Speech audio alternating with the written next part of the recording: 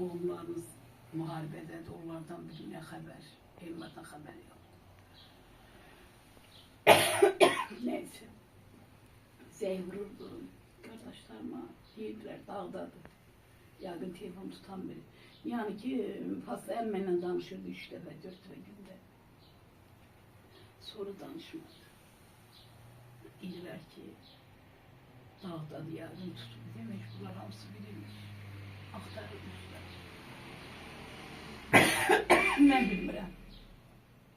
Sonra gördüm qəfildən geldiler. Kendimiz kardeşleri, uşaqları. Dediler ki, gün biri bir çaptılar. Dedim, ne olub? Dediler, Elmar yalalan. Harasından, dediler, Kılçasından. Dedim, yaralanır, dedim, yaralanır deyil. Kişi muharebeye gider, Kılçasından da yaralanır. Dedim, koy paltarımı değiştir. Paltarımı değiştirəm. Dedim, gelim yanına deyil ve Kılçasından da sağ olur.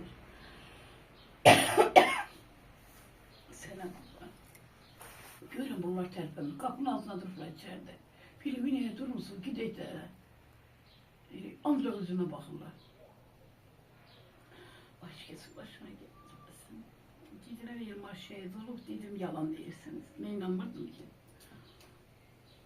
Deyirsiniz görün ben ne ağırım. Başım ağrım. Kızla kardeşim konuya geldi benim kardeşim. Hünkür ağladı ki inan sen uşaq şehit olur. Allah şikesin başına gitme. Biz o yadımdaki kızım Padiz'e çıktım. Bak o yadımdaki mühkem çıkırdım. Momentinde ayağımda şoka düştüm. Ben ağlamadım ki. Hiç ancak